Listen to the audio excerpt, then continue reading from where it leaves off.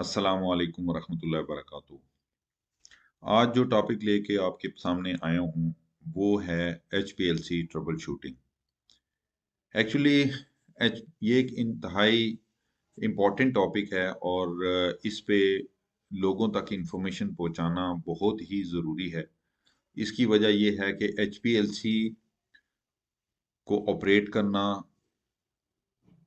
तो लोग सीख जाते हैं, लेकिन जब उसमें कोई इश्यूज आते हैं, जब कोई उसकी पीक की शेप बिगड़ने लगती है या रिटेंशन टाइम कम और ज़्यादा होने लगते हैं या पीक की जो हाइट है वो कम ज़्यादा होने लगती है या बेस लाइन में नॉइज़ आने लगती है, तो उस वक़्त वो परेशान हो जाता है जो क्रोमेटोग्राफ़र है कि अब मैं क्या करूँ? तो इसके लिए इस टॉपिक को मैंने चूज़ किया है ताकि वो इन्फॉर्मेशन आप लोगों तक पहुंचाई जा सके जो कि बहुत रेयर हैं और जिनका जानना क्रोमेटोग्राफर के लिए बहुत ज़रूरी है। और मैं ये कहूँगा कि इसके बगैर क्रोमेटोग्राफी मुकम्मल ही नहीं होती।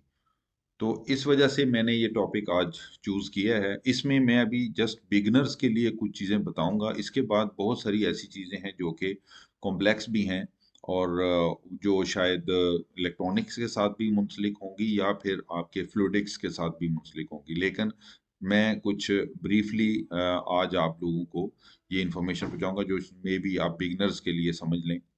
लेकिन नेक्स्ट किसी वीडियो में मैं आपको मज़ीद डिटेल के साथ भी इनको करूँगा। और दूसरी बात ये कि हमने इस वीडियो के अंदर एक क्रोमेटोग्राम रन किया है, एक एनालिसिस रन किया है और उसमें मैंने बताने की कोशिश की है कि इसमें किस किस्म के इश्यूज आ सकते हैं। तो आए वीडियो की तरफ चलते हैं और देखते हैं कि इसमें क्या-क्या इन्फॉर्मेशन आप तक करते हैं ट्रबल पहुंचाई जा शूटिंग की। सकती है। ट्रबल शूटिंग के बगैर एचपीएलसी की ट्रेनिंग नामुकम्मल है। पहली बात तो ये समझ लें, अगर ट्रबल शूटिंग नहीं है तो एचपीएलसी का एनालिसिस कोई बंदा नहीं कर सकता, कोई ट्रेनिंग नहीं है। अच्छा, ट्रबल शूटिंग ऐसे ही है कि एक स्मूथ लाइन एक काम हो रहा है जैसे कि हमने किया है, अभी हमें कोई प्रॉब्लम नहीं आई, हमारी हर चीज़ लिमिट में आ गई, हमारी आरएसडी भी इंशाल्लाह अगर करेंगे पूरी आ जाएगी, टेलिंग फैक्टर सारा कुछ ठीक आ रहा है।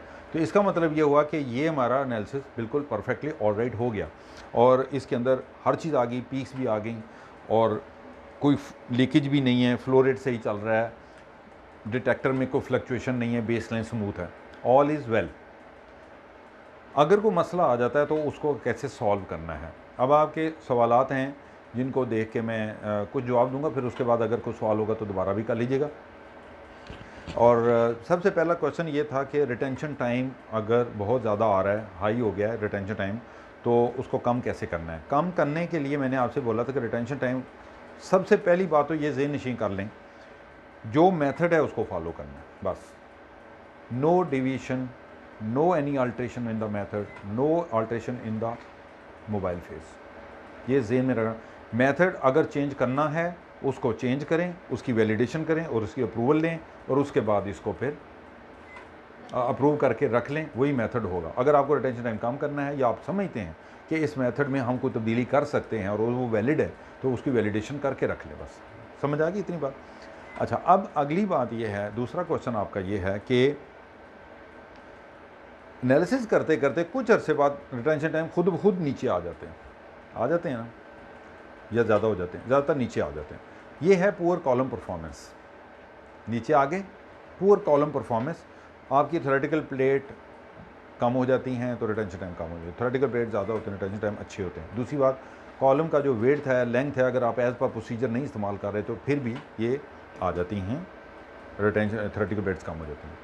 तो ये चीज़ होगी कि रिटेंशन टाइम का इफेक्ट। रिटेंशन टाइम की मैंने 3 चीज़ें बताई थी आपको, एक कॉलम वेट और लेंथ जो है इसके ऊपर इस्तेमाल जो इफ़ेक्ट करती है। नंबर 2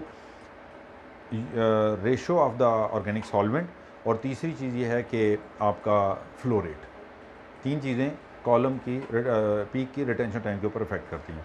अब अगली बात, आपने कहा रेजोल्यूशन।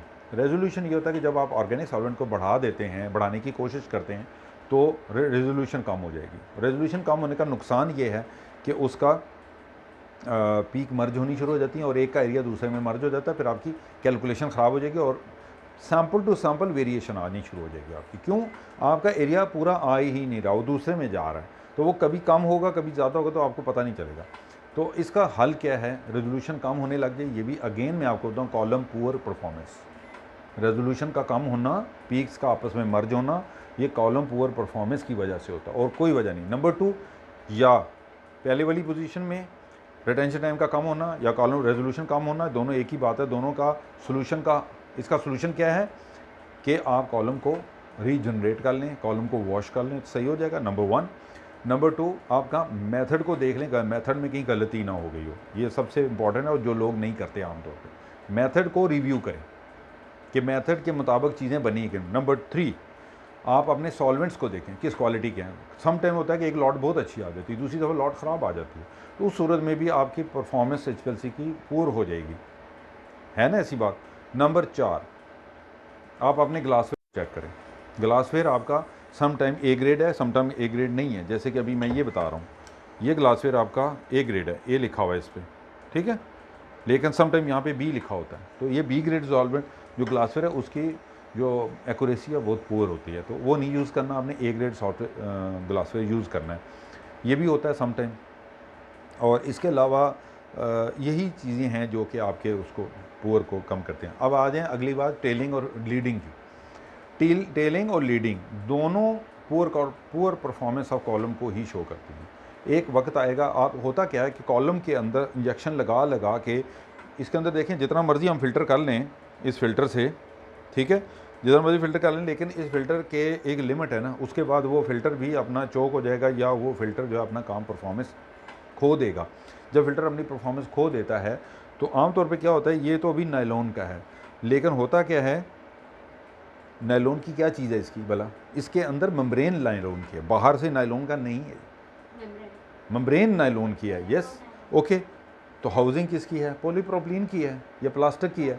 तो क्या है, एस्ट्रोनाइट्राइल प्लास्टिक को डिज़ोल्व कर लेता है, तो ये तो कभी आपके जहन में भी नहीं आया। दूसरा, ये सिरिंज जो है, सिरिंज को आप देखें, ये मैंने कहा कि ये धुंधली हो गई है। धुंधली होने का मतलब ये है इसके अंदर एस्ट्रोनाइट्राइल ने इसको डिज़ोल्व कर लिया। एसीटोन एस्ट्रोनाइट्राइल प्लास्टिक को डिज़ोल्व करते हैं, तो ये डिज़ोल्व होकर किधर जा रहा है? कॉलम में जा रहा है। ये तो कभी किसी ने सोचा ही नहीं, तो कॉलम में जाता है और वो कॉलम को ख़राब कर देता है, उसकी रीजनरेशन नहीं होगी। ये जहन में रख लें, अगर प्लास्टिक डिज़ोल्व हो के अंदर चला गया तो उसकी रीजनरेशन नहीं होती। इसका हल बताने लगा हूँ मैं आपको। एक तो फ़िल्टर ये यूज़ होता है, मैं ये नहीं कहता हूँ कि ये फ़िल्टर नहीं यूज़ करना चाहिए, लेकिन ये वन टाइम ओनली होता है। एक इंजेक्शन लगाया, फेंक दें। अगर आपने इसको 3 दफ़ा यूज़ किया तो पहली दफ़ा तो एस्ट्रोनाइट्राइल ने इसको डिज़ोल्व नहीं किया, दूसरी और तीसरी दफ़ा डिज़ोल्व करने लग जाएगा। ये मेरा एक्सपीरियंस हुआ है। एक इंजेक्शन लगाने से पीक सही है, तीसरे चौथे इंजेक्शन पे एक ही फ़िल्टर यूज़ कर रहे हैं, तीसरे चौथे पे देखा तो पीक ख़राब होगी। ये हमेशा याद रखें। और पहला सिरिंज आपने इसमें से निकाल देनी है वॉशिंग के लिए, दूसरी पे इस्तेमाल करना है। इसका हल क्या है? इसके अल्टरनेट क्या है कि अगर आप एक ही असम्बली को यूज़ करना चाहते हैं तो इसके लिए SS की असम्बली आती है, इसके लिए टेफ्लॉन की असम्बली आती है, वो यूज़ करें और अंदर से सिर्फ ये खोलें ऐसे करके, अंदर दूसरी मेम्ब्रेन रखें, बंद करें और इस्तेमाल करें। समझ आ गई? इसका हल बता दिया मैंने। अगर यूज़ करना है कोई मसला नहीं, मेम्ब्रेन सस्ती आती है। ये पूरा अगर फ़र्ज़ करें 15 रुपये का आता है तो वो मेम्ब्रेन 2 रुपये की आती है, तो इतना फ़र्क है दोनों में। तो ये डिस्पोजेबल होता है और ये सिंगल यूज़ ओनली होता है, हम लोग नहीं करते इस तरह। हम लोग 5-5 इंजेक्शन एक के साथ ही लगा देते हैं, ठीक है, ये नहीं करना है। ये इसका हल बता दिया टेलिंग और लीडिंग का, कि कॉलम के अंदर डिपॉजिट्स जो हैं, जो इसकी सरफेस के ऊपर हैं, वो इसको टेलिंग और लीडिंग का बायस बनते हैं। तीसरी चीज़, टेलिंग और लीडिंग के बाद आ गया एसिमेट्री, उसी के अंदर आ जाती है। दूसरी RSD। RSD का ये होता है कि 5 इंजेक्शन एटलीस्ट होने चाहिए, लाजमी। RSD 3 से भी निकल आती है, लेकिन 5 इंजेक्शन होने ज़रूरी हैं। और 5 इंजेक्शन स्टैटिस्टिक्स कहती है कि एटलीस्ट डेटा 5 का लें आप। तो अभी मैं आपको सिखा देता हूँ कि RSD कैसे कैलकुलेट करनी है। अगर आपकी 5 इंजेक्शन की RSD 2.0 से कम नहीं, कम नहीं है, ज़्यादा है, तो फिर आपको देखना होगा कि आपका मसला क्या है। आप अपने पीक को देखें, पीक की शेप अगर बिगड़ गई है तो RSD कभी ठीक नहीं आएगी, ये भी बताऊँ मैं आपको। पीक की शेप अगर ठीक नहीं है ना, ये टेलिंग और लीडिंग के साथ कभी RSD भी ठीक नहीं आती। ठीक हो गया? तो ये सारी चीज़ें हैं जो कि सिस्टम सूटेबिलिटी का पूरा एक सेट बनाती हैं। लेकिन हम लोग आम प्रैक्टिस इंडस्ट्री के अंदर क्या है, वो सिर्फ ये है कि RSD देखें और आगे चल पड़े।